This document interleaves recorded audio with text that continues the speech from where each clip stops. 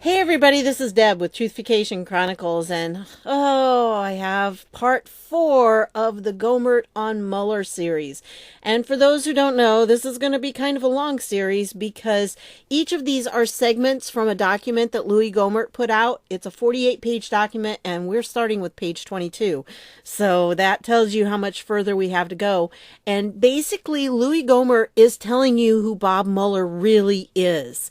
And the stuff in here should terrify anybody. He put this out back in April of 2018, but unfortunately not enough people have read it. But I wanted to get it out there because there's so much in here, and all of the things, it's like pattern after pattern. You see the same MO every time. I mean, if I were writing a series of books and I had a villain that was as predictable as Mueller is, it would just not be a very good series of books because people would know what to expect from him.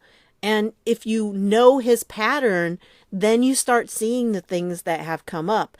And the more that we're seeing now as things start to come out, the more we're going to realize that, yeah, this is part of the pattern. And he taught James Comey how to do all this. So it is just perfectly in line with it. And so I really understand where the 17th letter of the alphabet is coming from when he's talking about knowing your enemy. And they definitely do. They've been watching all these things unfold and they know what's going on in the background. So that's why it's been set up as meticulously as it has, to get them to out themselves. And that's really what's happening. Now everybody's starting to see who these people really are. So let's go on with this. Death of Dr. Steven Hatfill's reputation in productive life. And, you could put a subtitle on this saying, another person Robert Mueller destroyed. I mean, really, that is what... Actually, there's two people that in the course of all this, but let me go on.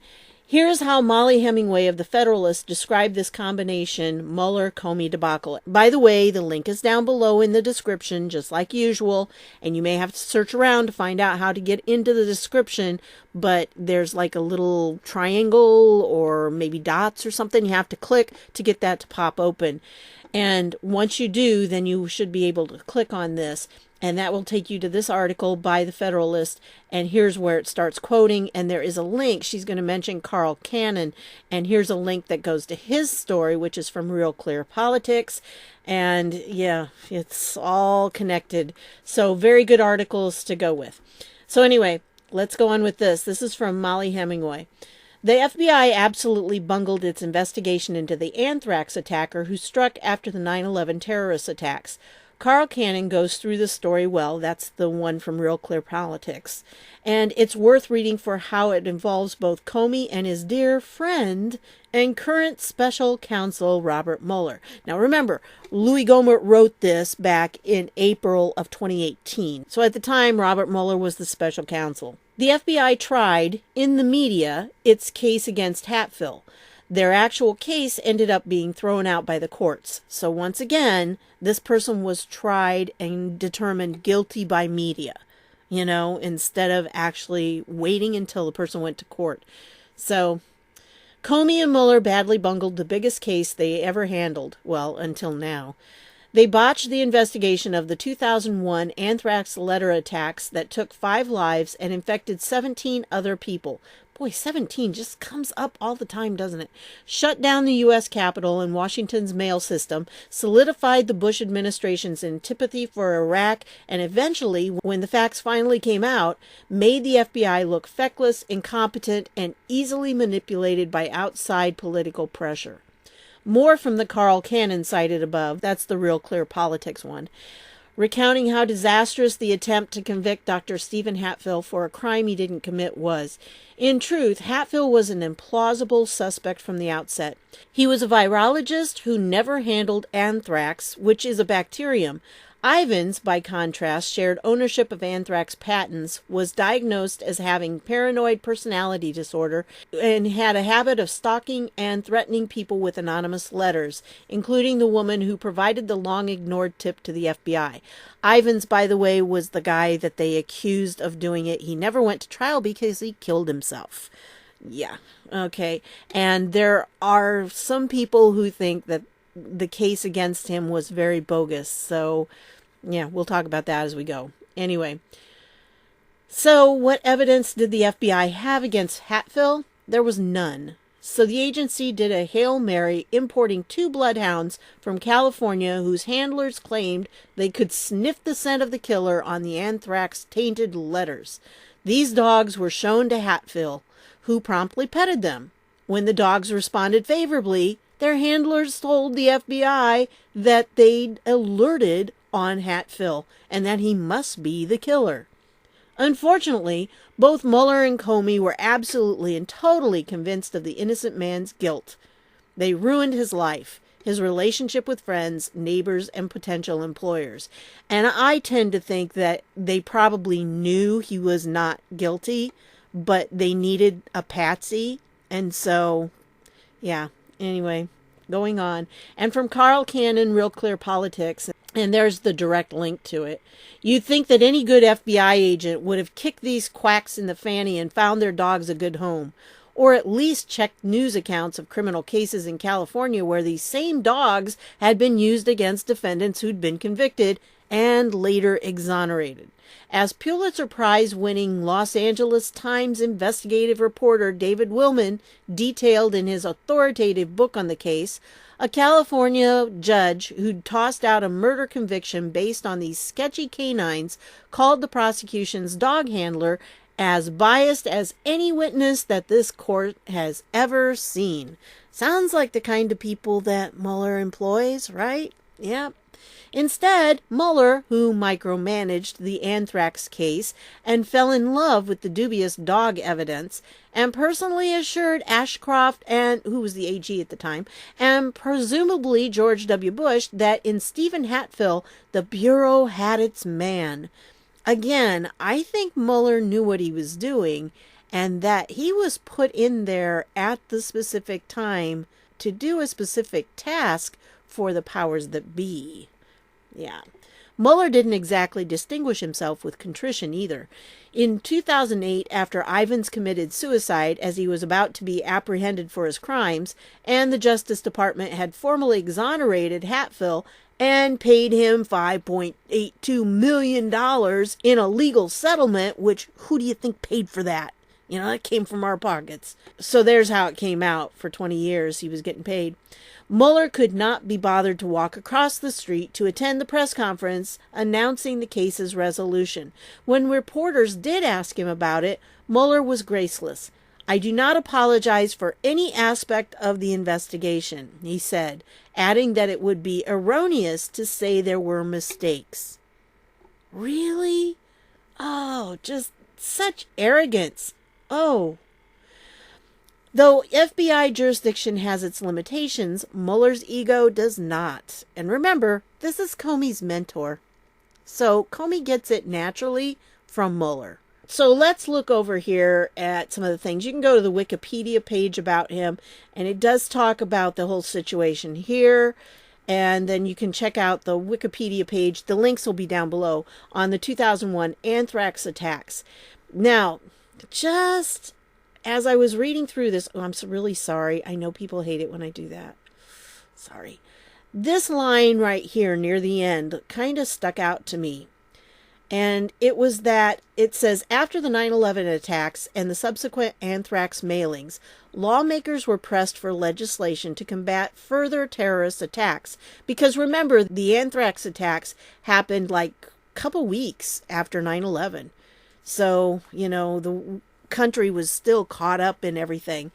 Well, it says, under heavy pressure from then Attorney General John D. Ashcroft, a bipartisan compromise in the House Judiciary Committee allowed legislation for the Patriot Act to move forward for full consideration later that month. So why do I think it happened? Because of this. Compare the anthrax thing. In case you don't know about it, like I said, I'm going to leave this article down below so you can read through and refresh your memory, or if you weren't around or you were too young, you can find out what happened. Some people were sent letters that had anthrax spores in them. And it was primarily the press, and most of them were the liberal press, and also 2 Democrat senators. Yeah, there were some people who tried to blame it on the right-wing extremists because they said, well, right now it's 50-50 in the Senate, which it was. There were 50 Democrats and 50 Republicans. And that meant that the deciding vote usually went to the vice president because that's how the ties are broken. And at the time, Bush was the president, so we did have a Republican vice president. So that's what was said several times by many people, that was probably who was behind it all. But then there were other people who were saying, oh no, it's Iraq behind it. And there was a really, really big push to connect Iraq with it. But the details about that were kind of sketchy. And so there were a lot of questions about how the FBI actually did their entire investigation and the methods they used and everything. So I just wanted to share that with you. And here's a quote from Hatfill. It's like death by 1,000 cuts, Hatfill, who is now 56, says today. There's a sheer feeling of hopelessness. You can't fight back. You have to just sit there and take it, day after day, the constant drip, drip, drip of innuendo, a punching bag for the government and the press. And the thing was, I couldn't understand why it was happening to me. I mean, I was one of the good guys. Well, that's probably why it was happening to him, because he was one of the good guys. And they needed a fall guy. So this is an article in The Atlantic. So again, I will put that down below. And I thought this was kind of interesting. This was from May 2010 because, this happened in 2011. And it wasn't until 2010 that this man really was freed from it. And it stayed with him. This is something that it's hard for people to understand if you've never been falsely accused of something. Even if you've been cleared of it, it stays with you. It stays with you emotionally, and there are still a lot of people who will believe that it's true. So you don't just walk away from something like this. Especially with this, it was very high profile and everything. And oh yeah, here you can see some of the people that it was. That it was NBC News, New York Post, not the New York Times, but the New York Post, and the Sun and the National Enquirer, and then the Democrats were Tom Daschle and Patrick Leahy. And Patrick Leahy is still a senator right now. So he's getting up there, but yeah. Very interesting about those. I did want to mention this, because something very interesting about him is this is Patrick Leahy's Wikipedia page, and it goes through lots of things, but it really doesn't mention the whole Anthrax thing. But I did want to point this paragraph out to you. In 1987, during his tenure as vice chairman of the United States Senate Select Committee on Intelligence, yeah, Leahy was in on that. Oh, scary. Leahy showed a news reporter an unclassified draft report on the Iran-Contra affair. At a press conference, Leahy stated, even though it was declassified, I was way too careless about it and accepted blame. Disclosure of that information was against Intelligence Committee rules, and Leahy said, get this, he hastened his already planned departure from the committee because he was so angry at himself. So, he let something slip he wasn't supposed to. He gave it to a reporter. Gee, does this sound familiar? He's not on the Intelligence Committee anymore, but he is on some others, he's in several others. I forget which ones, but anyway, so yeah, he was so angry at himself, he decided to step down. I just think, Wikipedia is written by Democrats, and especially this really must have been written by somebody on his staff, because I'm going to do a fast thing here. Sorry. Anyway, if you go through this, yeah, there he is right there. And yes, he is still a senator. But look at this. This is what they do with the contents. Okay, it's got this. It's got his committee assignments. It's got his stance on each of these things. That's just not typical. You don't do that. I mean, this was written by somebody on his staff, I'm sure. And if you notice, you see nothing about the anthrax. See, it's not listed here at all. Now, don't you think that event would have been kind of an important thing to put in a bio? I just thought so. Now, Tom Daschle has a whole paragraph dedicated to it. Yeah. So in October of 2001, while he was the Senate Majority Leader, Daschle's office received a letter containing anthrax, becoming a target in the 2001 anthrax attacks. Some of his staffers were confirmed to have been exposed, as well as several of Senator Russ Feingold's staffers and Capitol Police officers. His suite at the Hart Senate Office Building was the focus of an intensive cleanup led by the Environmental Protection Agency. That's all it says. I mean, that's it. And it was a really big deal. If you recall, if you were around then and you were old enough to remember, this anthrax thing was huge. So it's just kind of odd that that's all it gets. So one more thing. I wanted to show you this. This is a timeline, actually, but I wanted to show you this quote in particular. There was a lady named Barbara Hatch Rosenberg. She was investigative reporter. And she was turning up stuff that was not popular. And the FBI did not like what she was saying, and they kept trying to discredit her. But here's what it says. According to Rosenberg, the government may not want to prosecute this person, the person who did the anthrax, because he's a government insider. The Bureau has known about this individual since October. She thinks they knew who it was from square one, and that they were not trying to prosecute because it was possibly a CIA inside job. So this is really fascinating. There are links in here, but I don't know if the links are going to be active because you know how things get scrubbed. So they may or may not work, and the person who wrote this even says that. But yeah, it takes you through the timeline, going through, and it's called The Attempted Lynching of Steven Hatfill, which it really was. Ed Leake is the guy that put all this together. So very interesting. I mean, was it a CIA operation? I don't know. Was it an operation by other powers that be? I don't know. I think it was very fishy, and I think it's kind of weird that it's similar in some ways to that bombing thing that we had just recently where, you know, this guy sent bombs to high-profile Democrat people and liberal media. So I don't know. I'm not saying that's it, but I'm just presenting the possibility. Well, I wanted to show you this too about Leahy. Yeah, I told you Leahy was still, a senator. Well, check this out. He's put out some legislation to ban the death penalty. So does that kind of tell you maybe where he's at? I mean, this is current. This is like 7:31. And today, that's when I'm recording this. So yeah, he and Booker and Durbin. So guess what? I think those guys are nervous.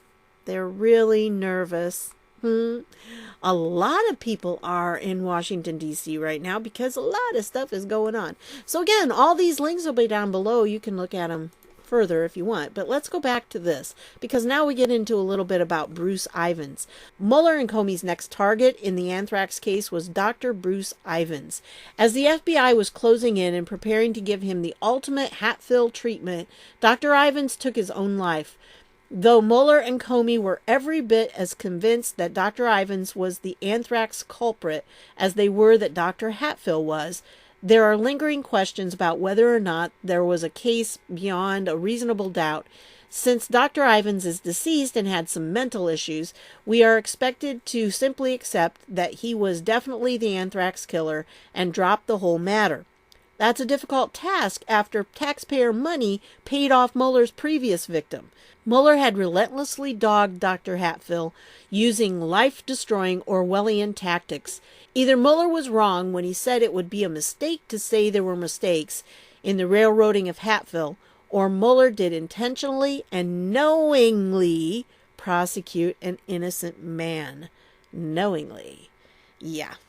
And I was going to do the Scooter Libby thing, but I really want to spend a little more time on that and get you the good research and everything. So the next video will be on Scooter Libby, and then we get into some stuff with CAIR, as in the Muslim CAIR CAIR. And yeah, it just keeps going, man. There's so much here. And like I said, we all should have read this a year ago. And so many people didn't know anything about it, and they had no clue who Mueller really was. So Louie Gohmert doing a great job here. He's becoming quite a hero, I think.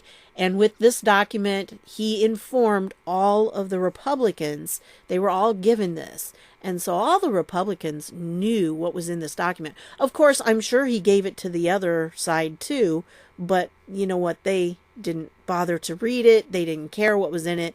They probably classified it all as lies. But yeah, Louie's got a good case here. So that's what I've got for you on this one. I want to thank you for stopping by, and I'll see y'all later.